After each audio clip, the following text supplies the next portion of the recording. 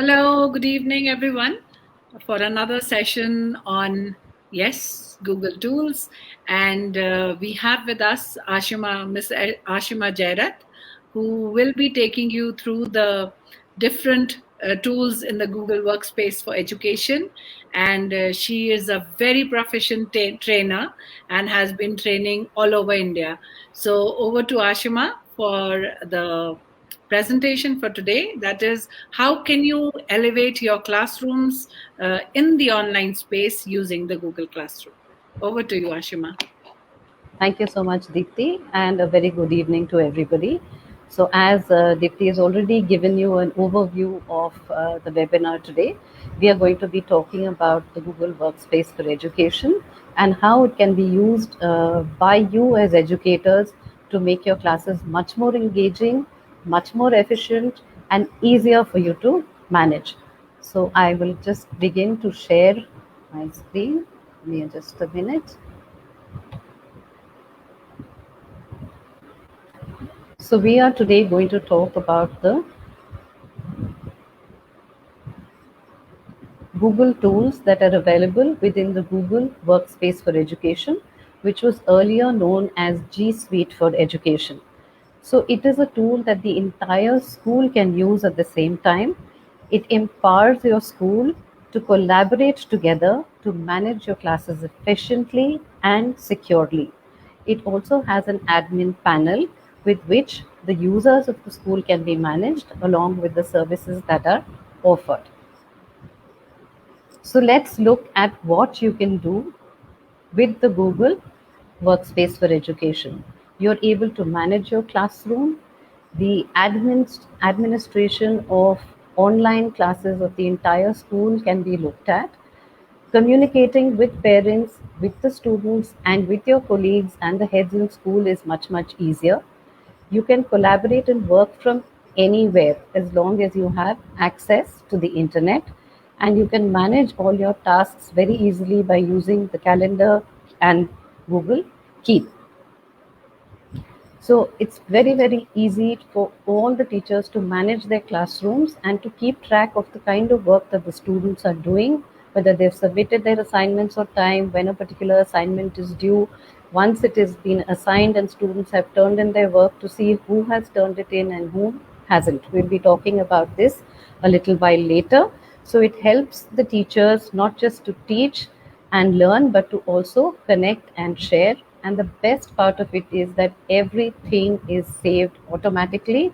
And within your classroom, you can collaborate and work with your students as well as your colleagues. As I already mentioned, that it is available and you can work from anywhere in the country or in the world. As long as you have access to the internet, you can access your classroom and the work of your students and collaborate with teachers wherever and on any device. You can work on a laptop, you can work on your phone, you can work on a tab. So what is the first thing that we need when we want to use the Google Workspace for Education? We need to have a web browser that will enable us to get on to the Google platform, that is the Google Workspace. So the Google Chrome is a web browser that has been made by Google itself. And once you use Chrome, once you've downloaded Chrome, the first page itself is the interface. It is also designed to ensure that it is a secure platform. It protects against malware. All your data gets stored in the cloud automatically. Very easy to access and very, very fast. It's very simple and easy to use.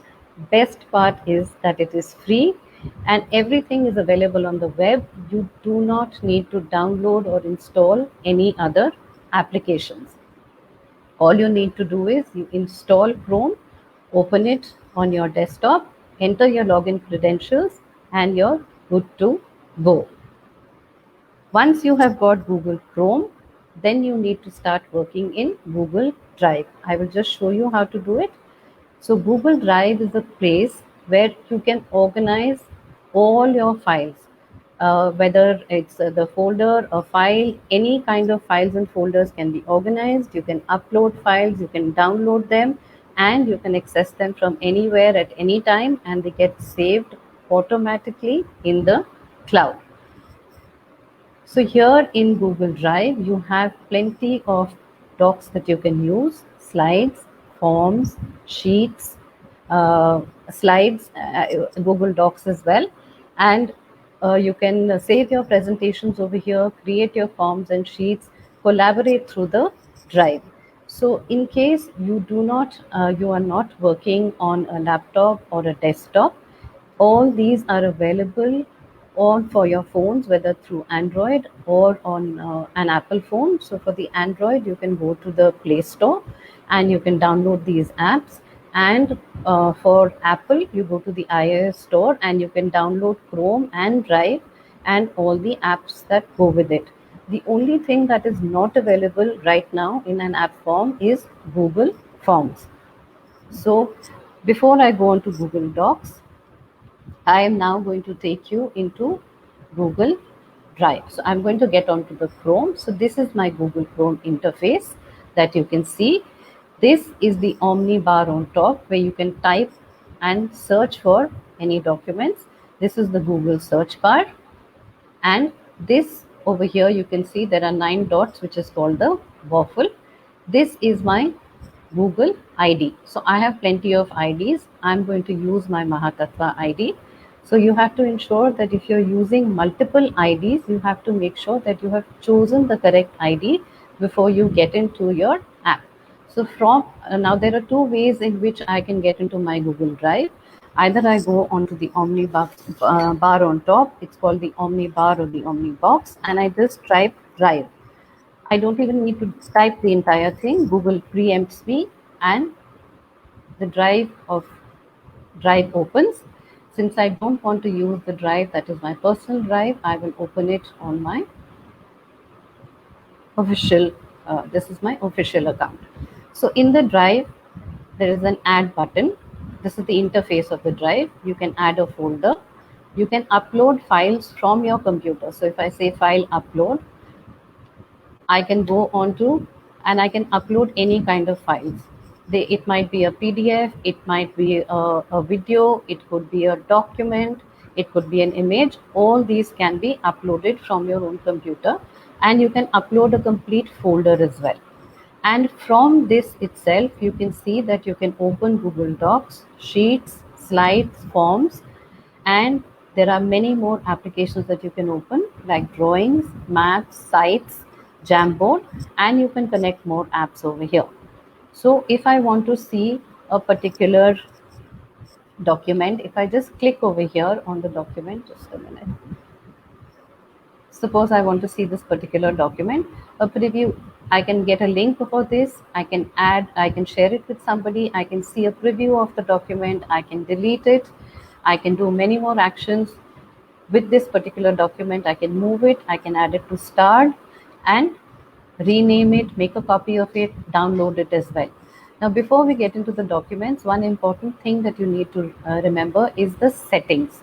Before you work in any Google app, please check the settings. Now, Google is a wonderful tool. So when I can also work offline, if I'm working on a particular document and the power goes off, the settings in this Google Drive enable me to continue working offline. So before you get into your Drive and start working, make sure there are two things that you check. One is convert uploads.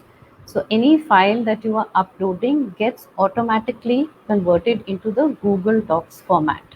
And the second is whichever is your official ID or the one that you use maximum, please check this offline box so that in case the power goes, you can automatically continue to work on the documents, and once the power comes back on, whatever you have done will get saved automatically. So these two are very important, and ensure that you have checked these settings before you carry on in Google Drive.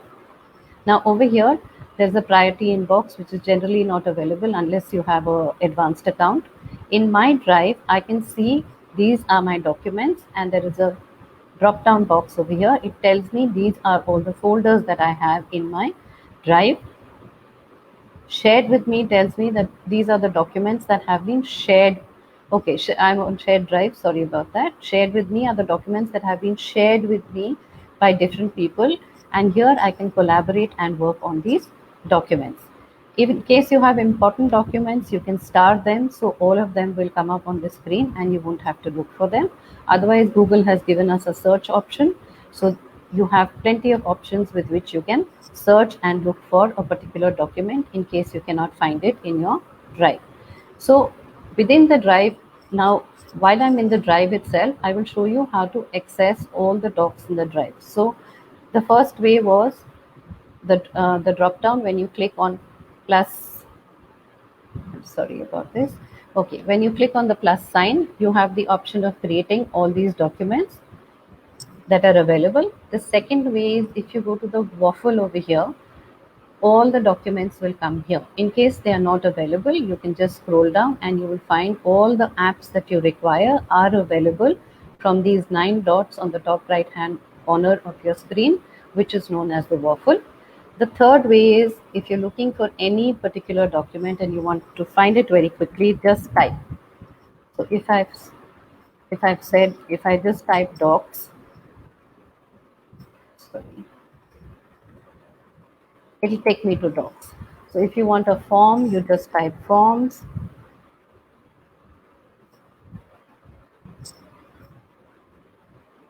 Forms google.form and it will open a form. It's taking me somewhere else.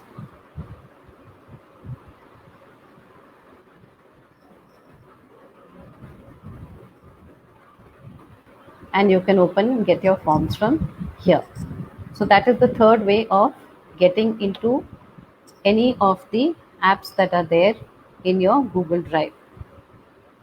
So you can choose whichever way is the most comfortable for you.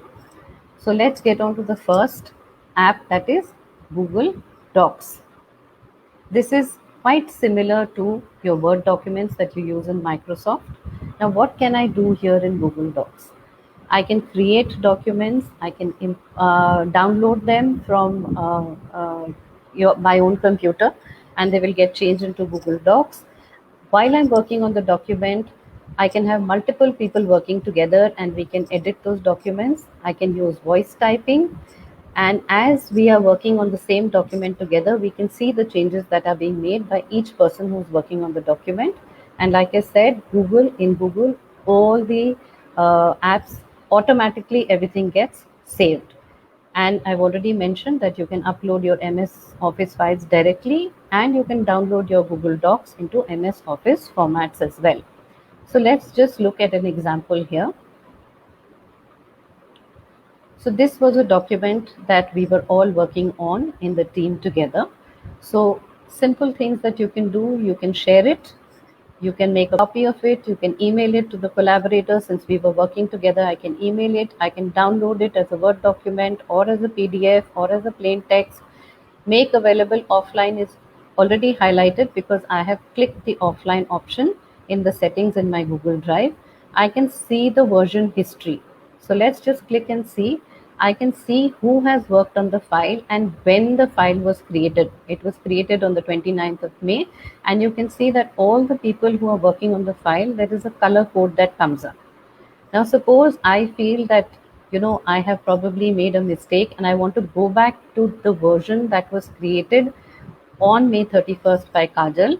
I have an option of restore this version, name this version, or make a copy.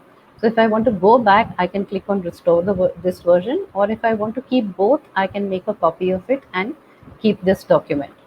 So let's go back to the document so I can see the version history. So I know what is happening. I can move this to a different file or folder. I can add a shortcut to the drive. I can change the language. Now suppose I want to change this entire document into, say, Italian. I just click on this. Wait, just a minute. And it will create another document in Italian while keeping my original document in place.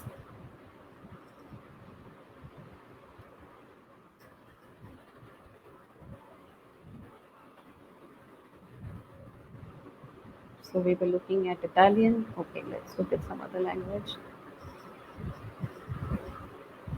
Okay, let's look at French.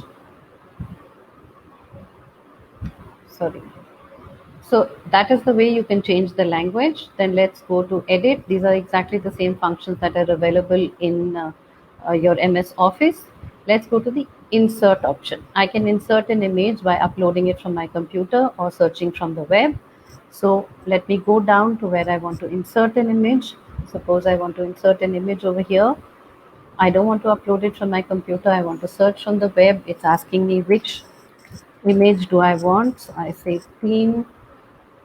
Okay, theme meeting, and it'll throw up an image, and I say, okay, this is the one I want to insert. I just click on it, I can insert the image, and the image will come in over here.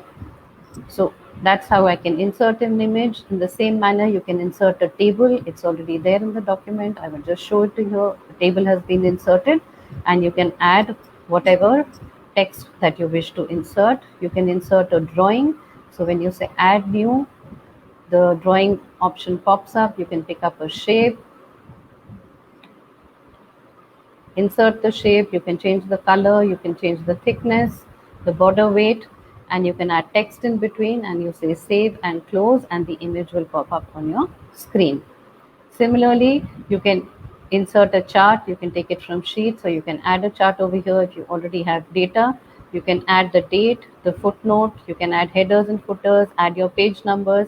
You can also link the document. So you can hyperlink the document to anything like you saw just now. Or from the slide, I had hyperlinked the slide, the text in the slide to reach this document. So all that is possible. Now let's look at the tools that I can use, that is voice typing. It makes our work much easier. So let me just bring my cursor to where I want it. This team teaching document has been created to give the teachers an idea of how the process of team teaching will be conducted.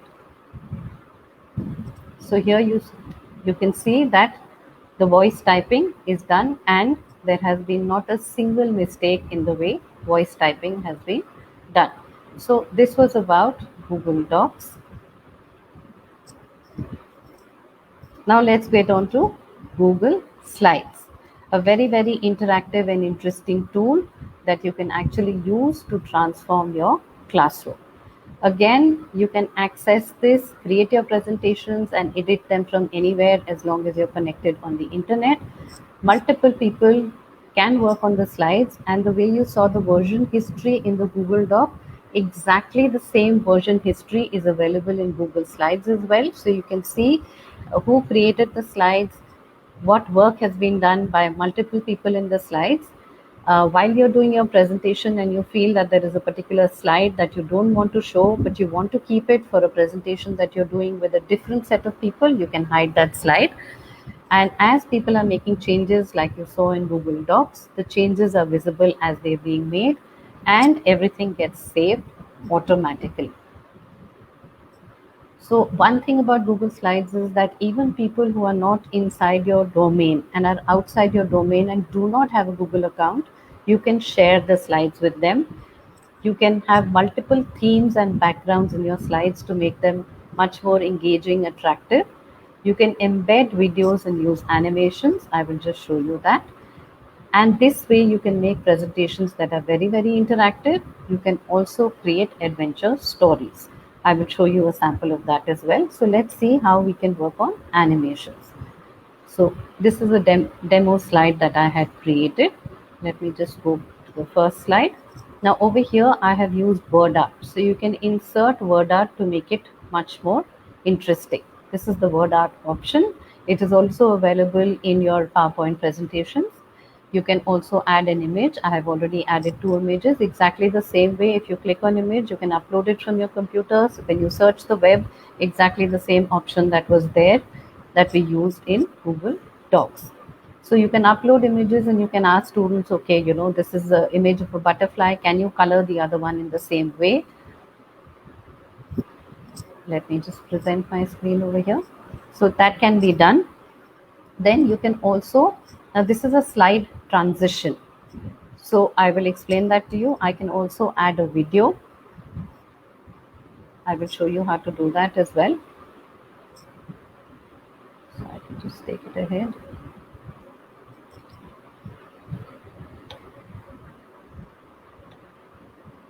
Let's move on.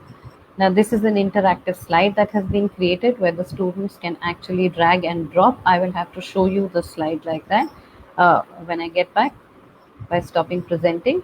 This now is an animation. If I'm doing a factor rainbow of 18 and I want the factors to come 2 at a time, I can just animate the slide and the factors come automatically. I will just show you how to do it. So this is another tool that can be used within slides. So let's get back to how do I insert a video. Again, you go to insert, you go to video, click on the video option. If you don't know the URL of the video, you can search by name. So suppose I want to get a video on butterfly life cycle.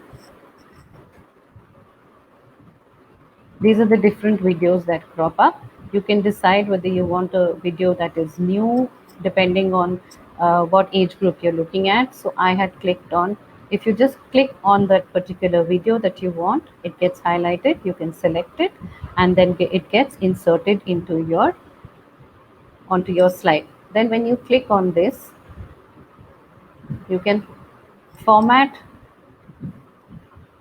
The format options that are available is video playback. You can decide whether you want to play the entire video or you want to start it maybe 20 seconds into the video and you want to stop it much before the video ends. And the video will play automatically according to the time that has been set by you. So that is another great option because sometimes you don't want to show the entire video. That can be done by using the format option. Now let's come to the next slide. Now over here I have a life cycle of a butterfly and I got this image from the internet, and then I took this image, downloaded it as a PDF. So this image is not moving. This entire text is not moving. So suppose you want to give your students a slide in which you want them to drag and drop and just label the life cycle of the butterfly. They will not be able to move anything on the screen, but they will just be able to drag and drop. They will be able to drag and drop and label the life cycle of the butterfly. So any image that you add, any text that you add can be dragged and dropped in Google Slides. Then let's come to the next slide. Here is where I was using animation. So you can click, because all these are separate images. So you can click on any one and animate the image. So this image was already present. What I did was I added an animation to the numbers. So when I'm clicking at this, let me just click on the animation option. Okay, so here is animate, and here you can see you have different options of animate. Here the first one says, if you can see, this is number 1. The option says appear on click.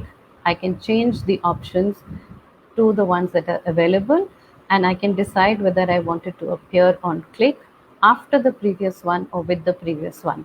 So since I wanted 1 and 18 to appear together, you will find that in 18 it says appear with previous, so that they both come together.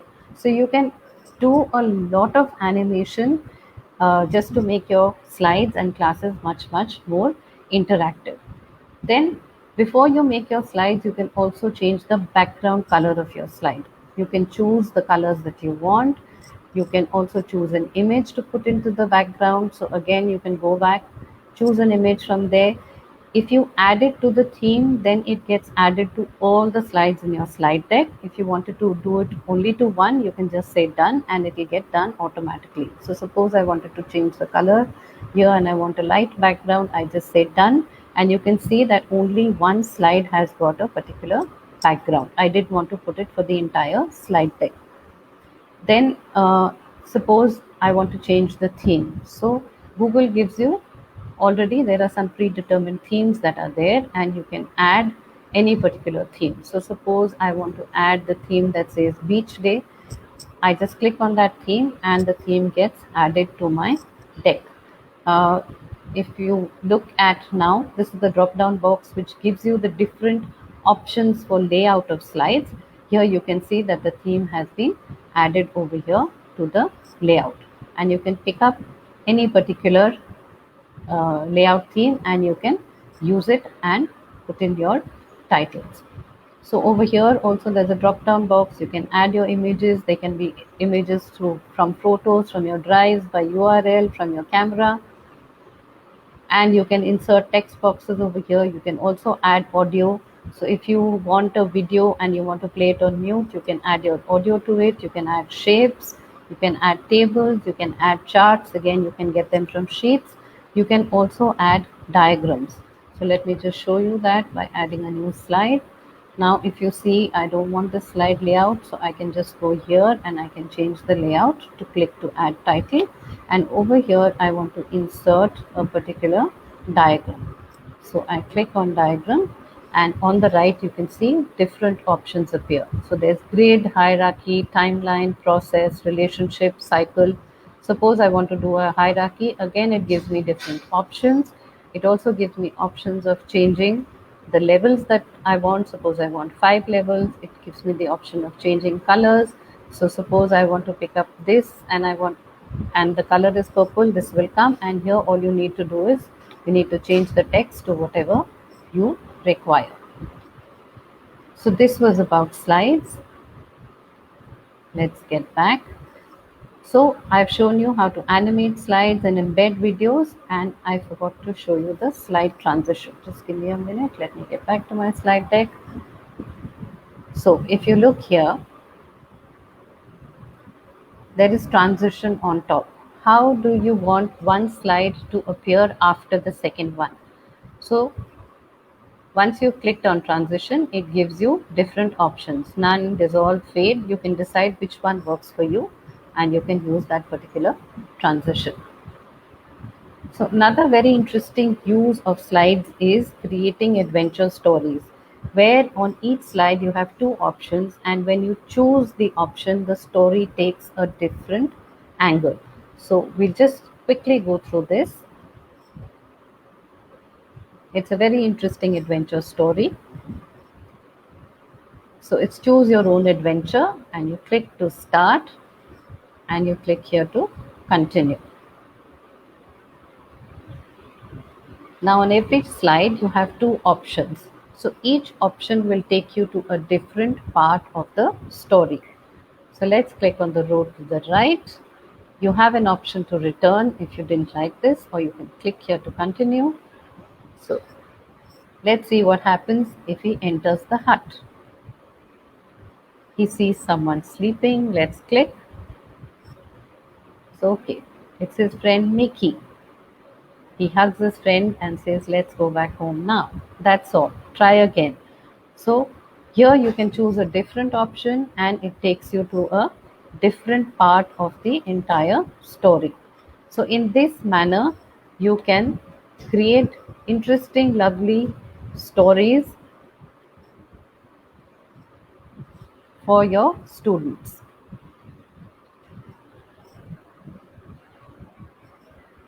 Then the next tool that we're going to look at is Google Forms, a very, very versatile tool, and you can do plenty with this. Again, it's a free online tool. It collects the information very easily and efficiently, and it stores the feedback that is received, that is all the results that are received, and you can look at them and analyze them very, very easily. It gives a summary of results by person or by question. You can store the data in new or existing spreadsheets and analyzes the data using charts and graphs. So let's look at a spreadsheet before we move on. So this is a spreadsheet and these were the questions of the sheet. And now let's just look at the responses. The responses are there. So when we look at the responses, you can see that there is a summary. There's a the responses can be looked at per question or individual person. So let's look at the summary. It gives us an insight as to the points, the number of points scored, and it tells us that 4 is the least and 20th is the most. So that's the range. This is the median, and this is the average score. These are the questions that were missed out. These were the scores of the students. Let me just scroll down. These were the responses of the people, and this is an analysis of the responses according to state. And this is an analysis question wise. So you can see the analysis as to how many answered which particular the question and which particular response was the maximum, and the correct responses are highlighted in green. So it gives you a complete analysis question wise of the entire questions in the form. Then you can see a question wise response. So here it says question 1 out of 22. There were 3 ungraded responses, 2 ungraded responses, and so on. Then you can see individual responses as well. And then you can go to the spreadsheet and see the responses over there. You can see the entire data analyzed over here. Everyone's scores are there, and each question, the data is available through the spreadsheet. So this is the way you can see how easy it is to analyze responses on a Google Sheet. So what else can I do with Google Forms? There are plenty of things that can be done. It's a very, very versatile tool, and how you can use it depends on your creativity as an educator. So if you want to create an event and you want to ask people to register for it, like you all have registered for the webinar today, the Google Form is a good tool to do that. If you want an opinion poll, you want to conduct a survey, and you want to analyze the results, it's the right tool to use. You can use it as an exit ticket as well. So suppose you have completed a particular concept or a chapter, and you want to find out how much your students have understood, or if they have any queries or questions about it, you can use it as an exit ticket. So here is an example of it. So you can ask them to put in their name so that you know who has an issue, email if it's required. What did they learn in class today? Did you feel that you were well prepared? What would make it more effective? And you can add many more questions to this exit ticket. You can also create your own quizzes and mark them. So let's open and look at a quiz. So this was a science quiz that was created. So you have an option of different type of questions. I will just show you. So this is the first question is a short answer question. The second question is a multiple choice question that they have to only choose one of the correct options. The third question is a drop down question. You have 4 options and they have to choose the correct one. The fourth question is a multiple choice grid where they have to pick up the correct answer from the 4 answers that are given for each of the options. Then you have a long answer question, and then you can also upload a file. You can ask them to upload their work and add a file and give it to them. So once they finish their work, they upload their work and they add this file to it. Now let's come here and see. Let me put it on editing mode, and let's see how we can add questions. So suppose I want to add a question after this question on filtration. Okay, let's just look at the question. I've added the question over here. I click on the answer key. I can change the number of points of the question. I tick mark the correct question. If I want to give a feedback for the incorrect answer, it can be done, and I can click on done. So let's say, suppose I want to add a question after filtration. I just click on add a question, and these are the options that come. Do I want to add a short answer, a paragraph, multiple choice, check boxes, drop down?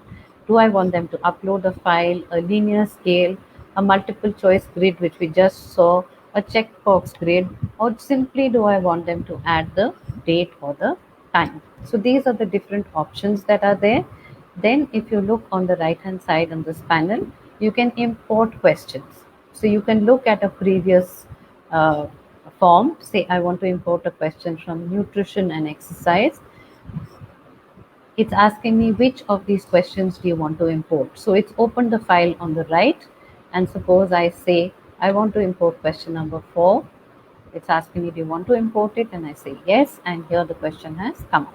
So you can pick up questions from a previous form that you have created. You can change, you can add a title if you want to. You can add images in your questions as well. So again, you can upload it from a URL, from photos, Google image search. You can upload your images as a part of your question, and in three options in MCQs and in your check boxes, you can also add them as a part of your answer. You can also add a video to your Google form. So again, you can search by the name of the video, or if you know the URL, you can put in the URL, search for the video and insert it in your form. And then you can show the video and you can ask your students questions on that particular video. The last part is also very interesting. You can add sections. So suppose you want to give a form to your class 10 students who are now looking for options in grade 11 as to which stream they want to take. So you can give them, once you tell them, okay, put in your name and then choose the option that you want. So you have, say, 5 or 6 streams that the school is offering. So according to the stream they offer, you add sections. So suppose you have 6 streams. So for the first stream, you can add the first section. For the second stream children, they go into the second section, so that if a child is opting, say, for a science stream, he does not have to go through the entire document to see what are the options available to him in science. When he clicks on science, it automatically takes him to the section where he gets the options of the subjects that he can take for science. And in this manner also, you can create adventure stories. Like you saw the adventure story that was created on the Google slide, you can use the same option to create an adventure story using your Google Forms by linking the answer that the students give to a particular section. So this is something that you can actually explore on your own. Also, you can get feedback from your parents by sharing a form with them. So they will put in the child's name, class and section, their own contact details, and then depending on whatever you wish to get a feedback on, you can put in those particular points into your feedback form, and you can use different options. So this now is a multiple choice grid where they will probably grade you on different parameters in these particular 5 points. So in this way, you can also create a parent feedback form. So it is an extremely versatile tool, and how you use it is your creativity. So I think we have done with Google Forms, and now we get on to Google Sheets, which is exactly like Excel. So the advantages, again, you can work collaboratively, you can work offline, everything gets saved automatically. You can see the version history to see when the changes were made. You can link it to your slides and documents, like we just saw that from Sheets you can import the graphs onto your slides and docs. Again, version history is there, and you can link sheets with each other, and there is an explore feature where you can get a lot of analysis just at the click of a button. Again, you can edit and format these files in real time, so you can be working with multiple people on the same sheet. All changes are saved automatically. You can analyze different types of information and organize the information in the manner in which you want it. You can add charts to it, which gives you the entire, at a glance, you can see the entire information. So whatever data you want to be analyzed, you select it, and it will give you an analysis of that particular data depending on the chart style that you choose. It calculates results automatically. So as educators, we spend a lot of time in the calculators trying to calculate and make sure that our calculations are correct and we've not made a mistake while we're collating results. This does it automatically, and it is error free. And multiple formats are actually supported in Google Sheets. So let's just quickly look at a sheet and let's see what we can do on this Google Sheet.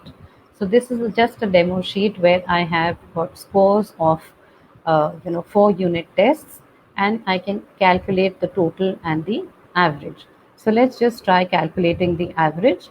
Now you don't need to remember any formulas. So suppose I want to calculate the average in box H. All I do is I put an equal to sign and I write the word average. I don't even have to write it completely. I just click on average and it tells me which average of what do I want to calculate. So suppose I want to calculate the average of unit test 1, 2, 3, and 4. It tells me, okay, from B2 to E2, is that what I want? And then I just close the bracket and I press enter.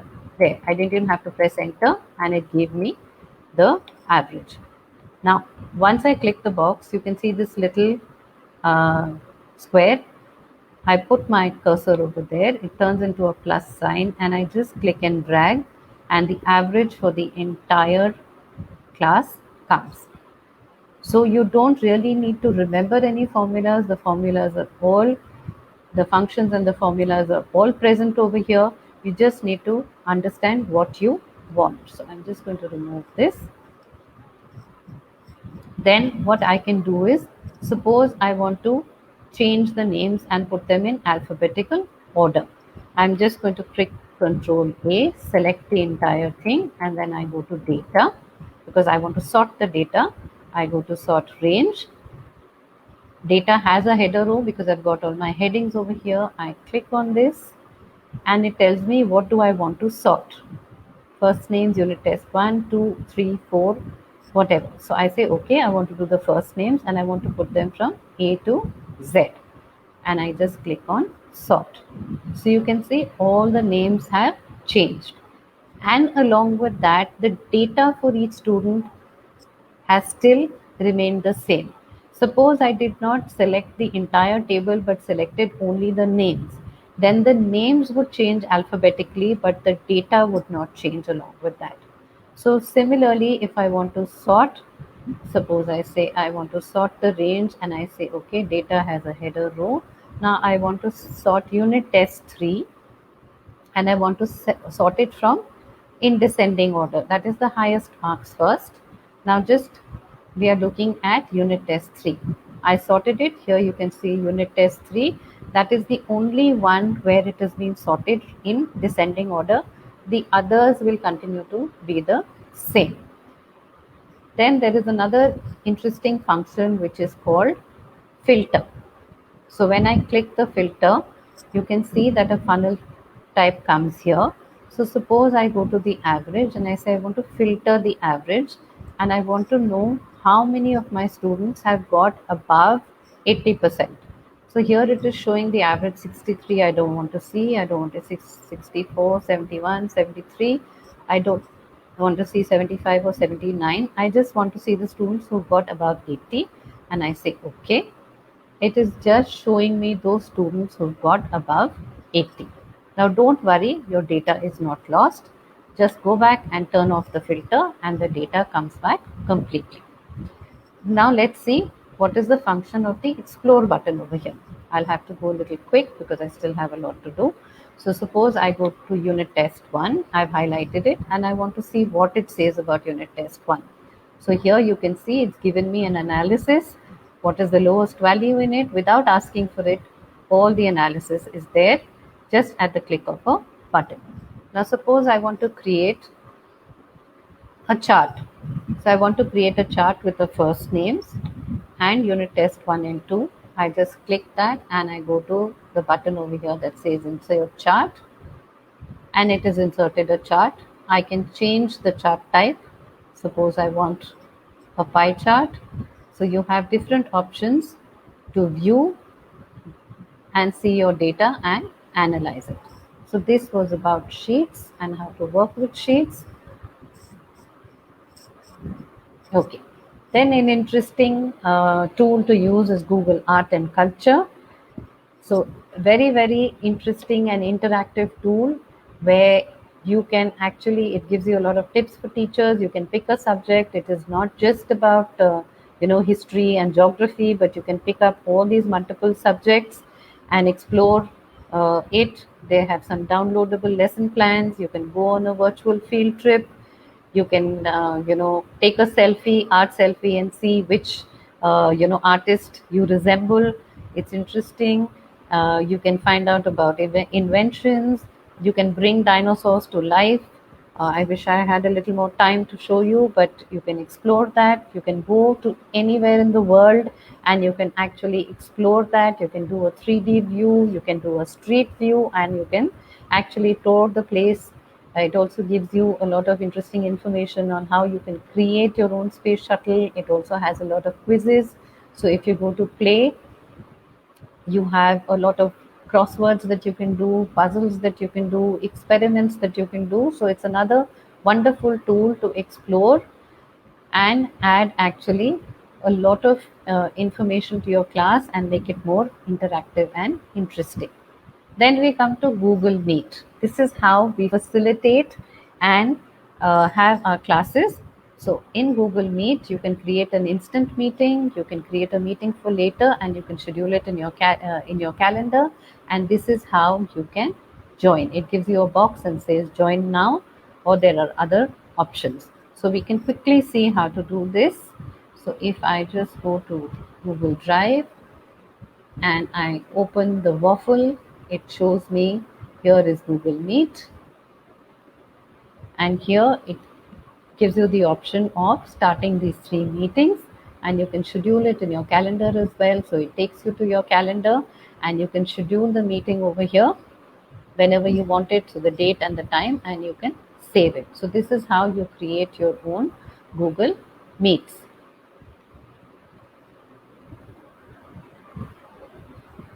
So let's move on. Then we come to Jamboard, another very, very versatile tool. It's a collaborative board where multiple people can work together, extremely creative. You can get images from Google, it gets saved automatically. You can write on it using handwriting or sticky notes. You can add and format shapes. You can do freehand drawing. You can erase and clear the frames. You can duplicate them as well. And these are the things that you can do in your classroom. You can brainstorm ideas, collaborate, annotate text, make posters, do storytelling, use graphic organizers, fill in the blanks, match the following. Let me just go back and quickly show you a Jamboard. So if I want to add a new Jamboard, these are the Jamboards that I've created for my work.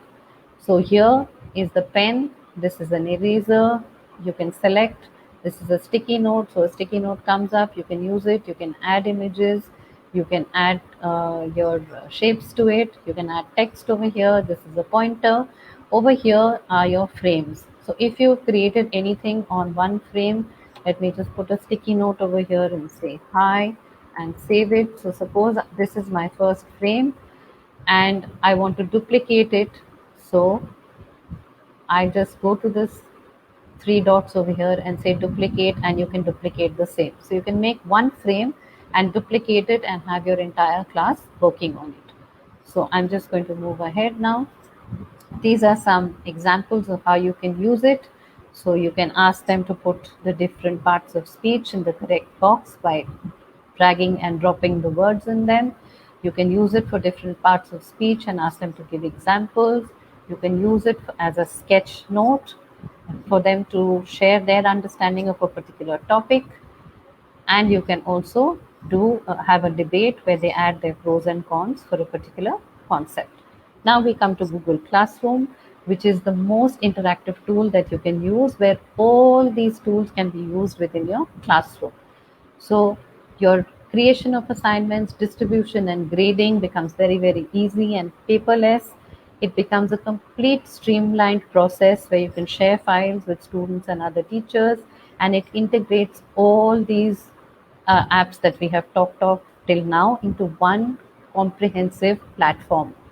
You can invite your students to join through a class code. You can add their names from the school list that is there in your school domain, and a separate folder gets automatically created in your drive for each of your classes. You can post announcements, assignments, add due dates to calendar. The calendar pops up in your classroom. You can grade the work that is submitted by your students by adding your comments, and you can monitor their progress. You can email the students and the parents from the same platform.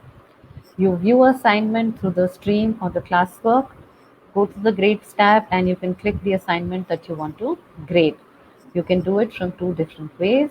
and you can view the class grades as a whole, or you can view the grades of a particular student. I'm going a little fast because I want to show you how to do it. And you can communicate with your students through email, one at a time, or you can choose multiple students, or you can choose your whole class. And on the stream in your classroom, you can post information, announcements, and reminders. So quickly, let's look at a short video, and then I will take you into the classroom.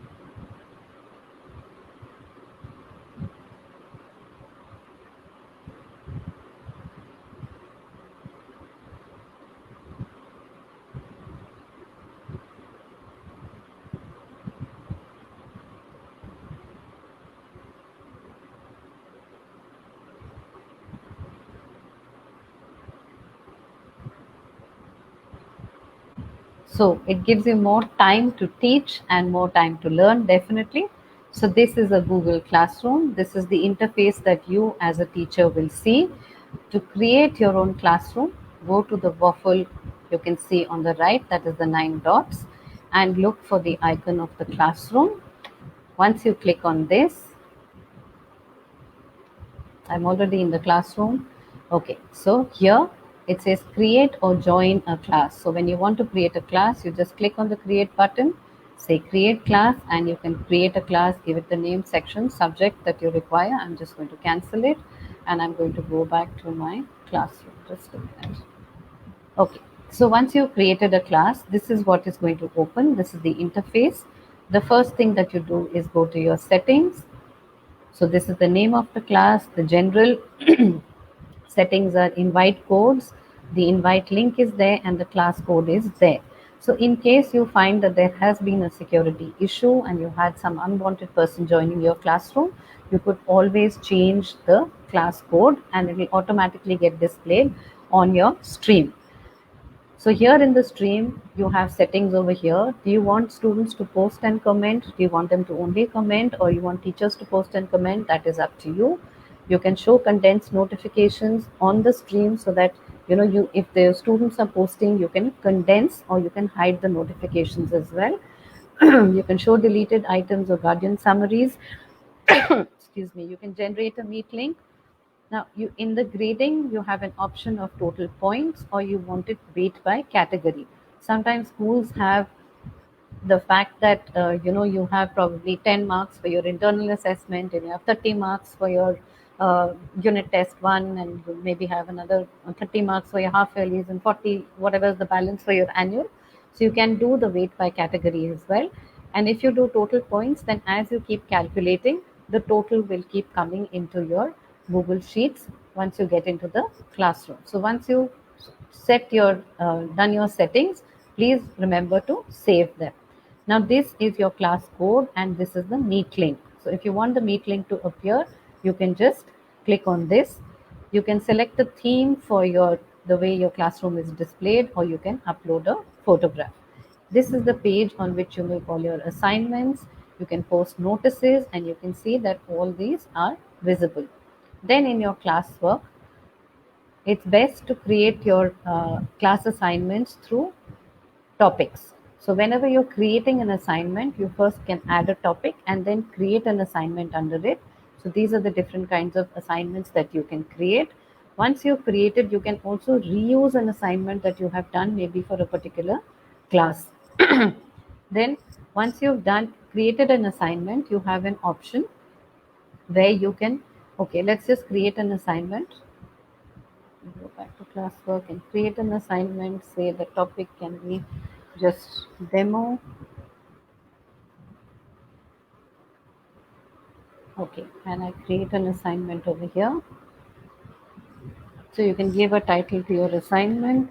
You can give instructions over here. So my title says demo. You can add instructions, it's optional.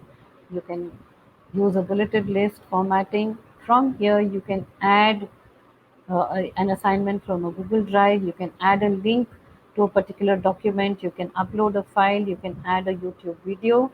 You can also create a doc slide sheets from here. So suppose you want to add a doc and you want to create it. Once you've created the document, suppose again the document will show up and I call it demo. I go back to the class, the document is here. Here you have a drop down option you have to be careful of whether they can view the file, edit the file, or make a copy for each student. If you want each of them to work separately, remember to click this option. If it's only something you want them to view, if you want them to edit it, so you need to work on these options. Then over here, now these are their classes. So if you create an assignment and want to give it to multiple classes, you can check all the classes you want to give it to. You have an option of sharing the assignment with all your students or just a few. You can give them the points that you want to. You can give them a due date when you want them to submit the assignment as well. You can put the topic over here so that it becomes clearer. You can add a rubric, and what you can do is you can create your assignments beforehand and you can schedule them. So you can save it as a draft, and then you can, if you want to schedule it and say, okay, I want it to come on the 21st, I want it to go into the classroom on the 21st, say at 5:10 p.m., and you click schedule. At 5:10 on the 21st, this document will pop up on the screen and become live for your students.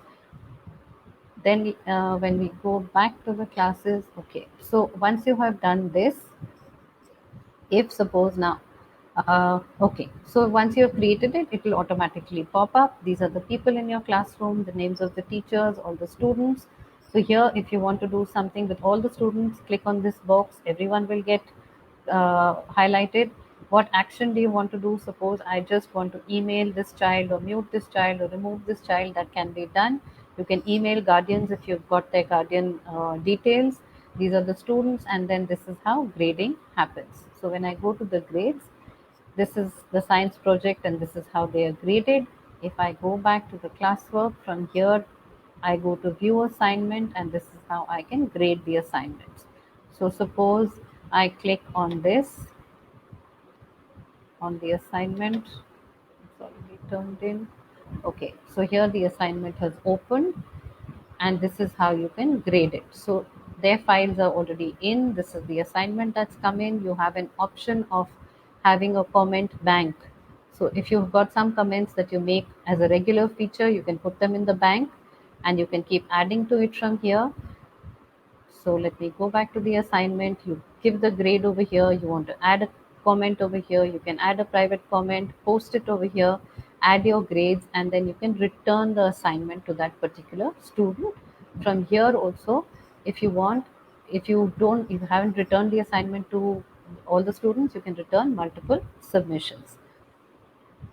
And then you can also, let me just go back. Okay. And then you can also import the grades back. If you want to copy the grades to a Google Sheet, it can be done from here. So that is what all you can do in the Google Classroom. And over and above all these apps, you have the option of adding extensions to your Google Chrome or add-ons to each of the apps that are there. So extensions get added onto Google Chrome, and the add-ons get added onto your docs or slides or forms or your sheets. So with that, I come to the end of my presentation. Thank you so much, and I hope you enjoyed it. It's unfortunate that we cannot take questions today because we were covering multiple Google tools and the Google Workspace for Education. So we would continue to support you in this journey when we have the next set of workshops for you. I hope you enjoyed it and it was informative. Thank you. I would just like to chime in. Ashima, that was like a marathon, very informative and interesting as usual. So thank you so much for doing that for the audience. We had more than 450 people watching you. So that's like a good audience. I also want to add here that and thank Mrs. Leena Nair, who actually got this session organized for the teachers in Gujarat. The idea of having this webinar was to showcase what Google has to offer for your classrooms. And I can hear and understand from the comments as well that you attended Mahatattva's CBSE webinars as well, the series of 5 webinars. And we are happy that you are part of this webinar series as well. We will be in touch with you, like Ashima said, for workshops. And there are certification workshops as well for Google, but that requires a little more diligence and effort from your side. Some more assignments to be done, some sort of 2-level workshops to be done, and all that is something that we will be getting in touch with your respective schools via Ms. Leena Nair. So thank you so much for attending today, and Ashima, thanks a ton.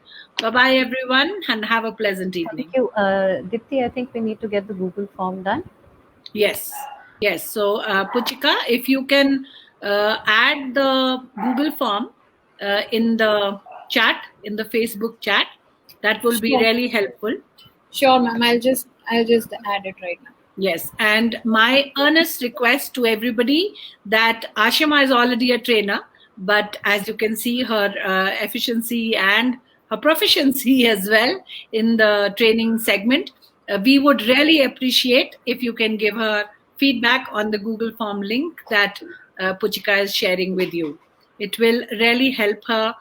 We believe in self-reflection and constructive feedback, so we will, take that into consideration when we do our next workshops. Thank you, everyone, for joining in. And once again, Ashima, thank you. Thank you.